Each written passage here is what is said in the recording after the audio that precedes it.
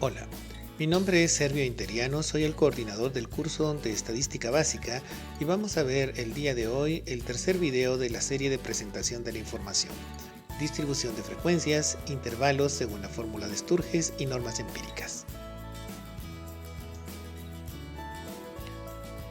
Una distribución de frecuencias es un cuadro estadístico que se utiliza para variables cuantitativas continuas.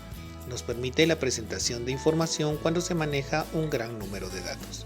Facilita el cálculo manual de estadísticas descriptivas. Esto es una distribución de frecuencias. Tenemos varias columnas, los intervalos, las frecuencias, la frecuencia acumulada, la frecuencia relativa y el tanto por ciento. La columna principal, columna matriz, está conformada por los intervalos de clase. Los intervalos de clase se emplean si la variable toma un número grande de valores cuando la variable es continua. Se agrupan los valores en intervalos que tengan la misma amplitud, denominados clases. A cada clase se le asigna su frecuencia correspondiente.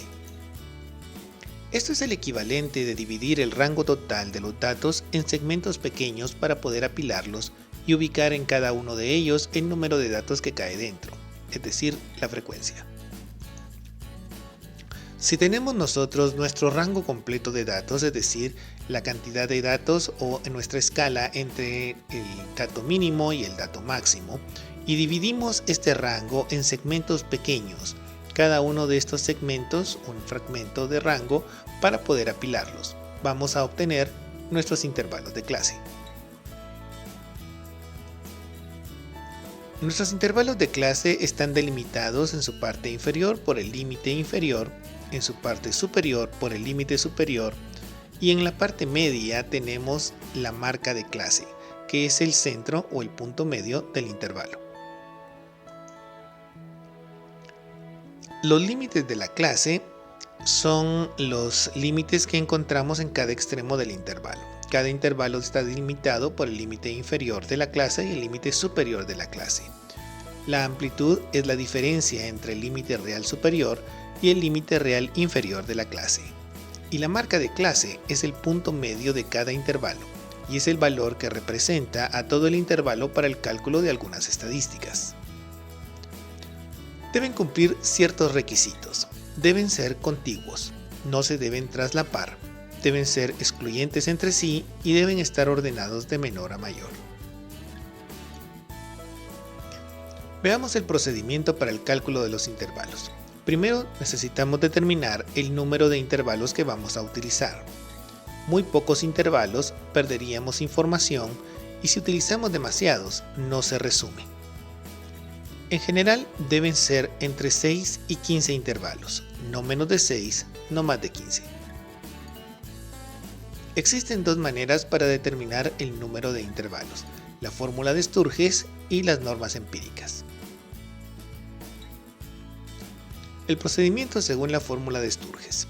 Primero debemos determinar el número de intervalos a utilizar, K, aplicando la fórmula de Sturges. K es igual a 1 más 3.322 multiplicado por el logaritmo de n, donde n es el número de elementos en el conjunto de datos y k es el número de intervalos. Segundo, debemos determinar la amplitud del intervalo. Esto lo hacemos a través de la fórmula para el cálculo de la amplitud del intervalo, que es W igual a R dividido K, donde R es el rango, la diferencia entre el máximo y el mínimo valor de la serie, y K es el número de intervalos. Veamos un ejemplo aplicando el método de Sturges. Si en un grupo de datos tenemos una n de 250, un mínimo de 73 y un máximo de 220, lo primero es calcular el número de intervalos. Esto lo hacemos a través de la fórmula de Sturges. K es igual a 1 más 3.322 multiplicado por el logaritmo de n. Como nuestra n es 250, K va a ser 8.9658, es decir, 9. Veamos esto despacio. K es 8.9658. K es el número de intervalos de clase, es decir, el número de segmentos en el que estamos dividiendo nuestro rango total, es decir, el número de líneas que vamos a apilar en nuestra columna matriz. Número de líneas. Esto es importante. Todos los años, cuando estábamos en clases presenciales, les decía en este momento a mis estudiantes, tomen su cuaderno y dibujen media línea. Algunos dibujaban la mitad de la página, pero se daban cuenta de que esto es una línea, y entonces trataban de dibujar la mitad de la línea. Pero esto también es una línea.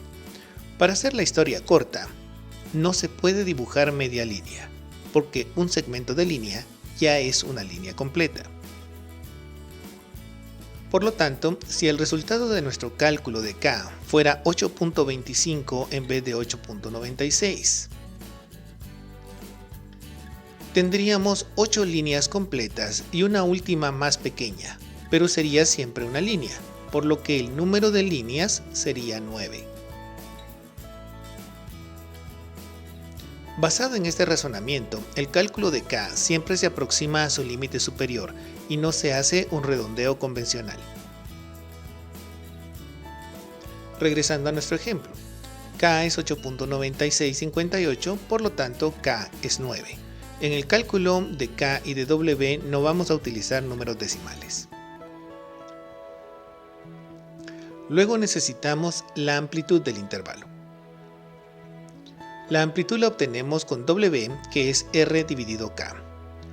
R, el rango, la diferencia entre el máximo y el mínimo, en este caso es de 147. Nuestro número máximo es 220, nuestro mínimo 73, la diferencia es 147.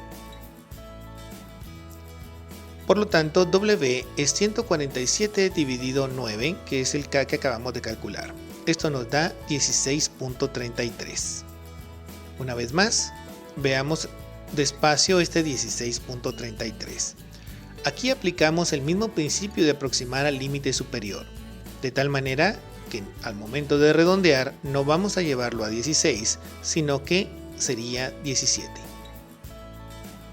Por lo tanto, W es 17.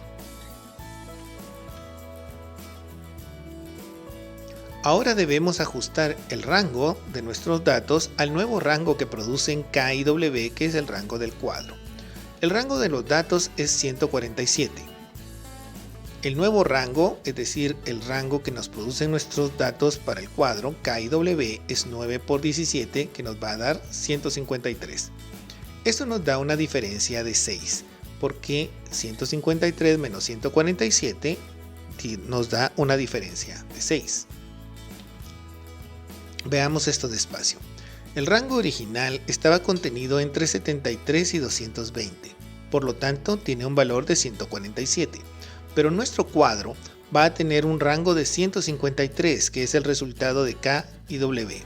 Es decir, que si iniciáramos en el mismo punto, vamos a tener un cuadro más grande que los datos, dando un error porque pareciera que nuestros datos son más grandes de lo que realmente son. Para que los datos queden equitativamente distribuidos en el cuadro, debemos distribuir esta diferencia entre el límite inferior y el límite superior. De tal manera que dividimos la diferencia en dos partes sin decimales. En este caso, sería mejor visualizarlo como dividir un número de canicas en dos conjuntos. Nuestra diferencia es 6 y la vamos a dividir en dos partes. En este caso 3 y 3. Si nuestra diferencia fuera impar, la mitad pequeña es la que restamos del límite inferior. Veamos esto. Si nuestra diferencia no fuera 6, sino que fuera 7, al momento de dividirla dentro de 2 no vamos a utilizar decimales, es decir, no vamos a tener 3.5, sino que vamos a dividir nuestras canicas, 7 canicas, en dos conjuntos. Nos va a quedar un conjunto de 3 y un conjunto de 4. Una mitad pequeña. Esta mitad pequeña es la que restamos al límite inferior. Regresemos a nuestro ejemplo. Tenemos una diferencia de 6, la dividimos dentro de 2 y nos da que la diferencia que vamos a restar o el ajuste va a ser de 3. Disminuimos el límite inferior y el límite superior se ajusta solo.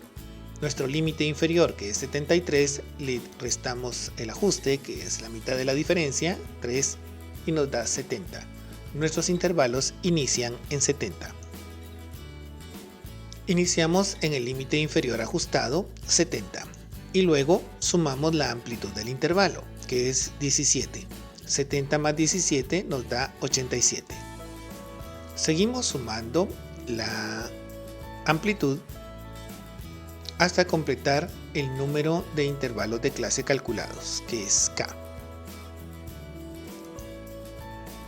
Para los límites superiores de cada intervalo de clase, simplemente se resta 1 del límite del segundo intervalo. En este caso, para obtener nuestro límite superior, restamos 1 del límite inferior del segundo intervalo.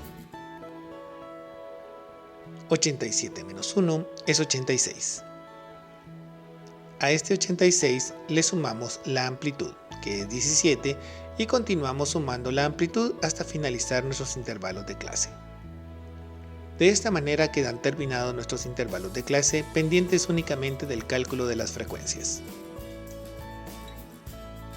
En bioestadística generalmente no se utiliza la fórmula de Sturges para la elaboración de los intervalos de clase, sino que se prefiere la aplicación de las normas empíricas.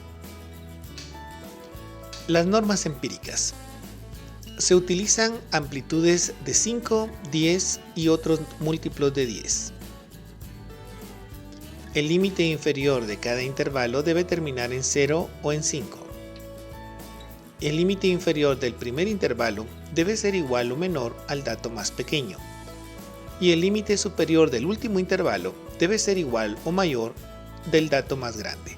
Estas son las normas empíricas para la elaboración de cuadros o distribuciones de frecuencia. Veamos cómo lo aplicamos. Las amplitudes deben de ser 5, 10 u otros múltiplos de 10. Nuestro límite inferior termina en 0 o en 5. Y el límite inferior del primer intervalo debe ser menor o igual a la observación más pequeña. En nuestro caso, nuestro dato más pequeño es 73.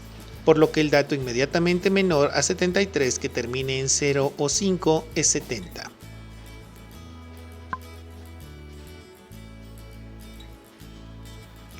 Luego, la amplitud que vamos a aplicar es de 5, 10 o otros múltiplos de 10. Y deben quedar entre 6 y 15 intervalos. Por lo tanto, escogemos 20 de amplitud. Sumamos 20, 70 más 20 son 90 y continuamos de esta manera. Si nos damos cuenta, el 230 ya no es necesario porque sobrepasa nuestro límite superior, que es 220. Por lo tanto, lo dejamos hasta el 210.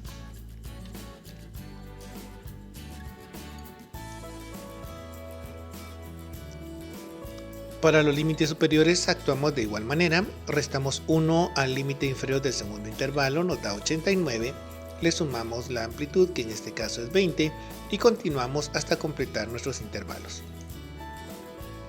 El límite superior del último intervalo debe ser mayor o igual al dato más grande. Si nos damos cuenta, este límite superior contiene al dato mayor, que es 220, por lo tanto cumplimos con todas las normas empíricas.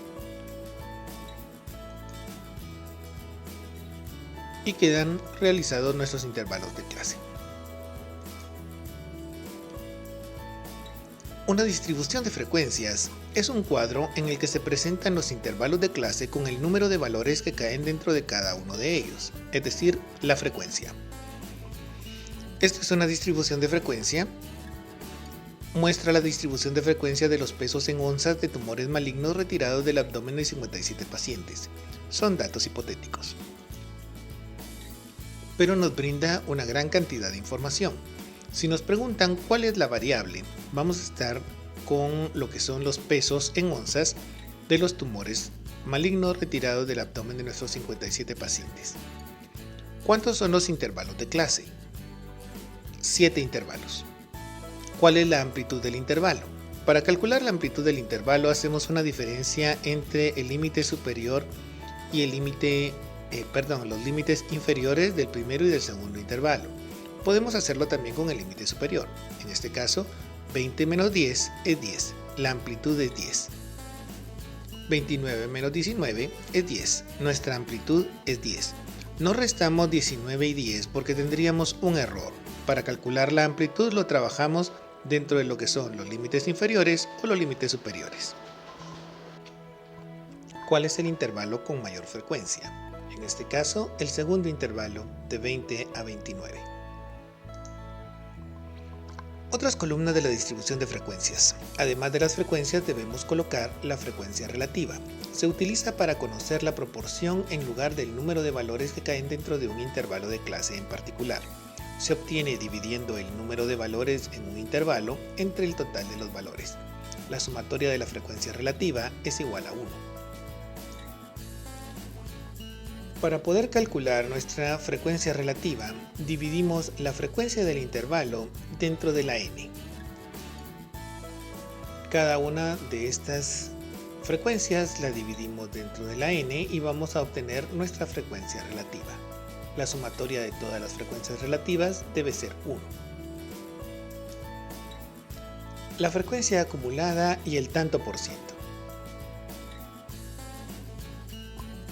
La frecuencia acumulada, FA, se obtiene sumando la frecuencia de un intervalo con la frecuencia del intervalo anterior, y el tanto por ciento se obtiene al multiplicar la frecuencia relativa por 100. Para calcular nuestra frecuencia acumulada, primero colocamos la primera frecuencia, 5, y luego para obtener la segunda frecuencia acumulada sumamos 5 más la frecuencia siguiente, que es 19. Eso nos da 24. Luego sumamos 24 más 10, eso nos da 34, etc. La frecuencia acumulada no lleva total. Para obtener el tanto por ciento, multiplicamos la frecuencia relativa por 100 y esto nos da 8.77. 0.3333 por 100 es 33.33, etc. La sumatoria del tanto por ciento debe darnos 100. Y con eso terminamos lo que es nuestra distribución de frecuencias. Esta fue presentación de la información 3, distribución de frecuencias, intervalos según la fórmula de Sturges y normas empíricas. Mi nombre es Servio Interiano y nos vemos en el siguiente video.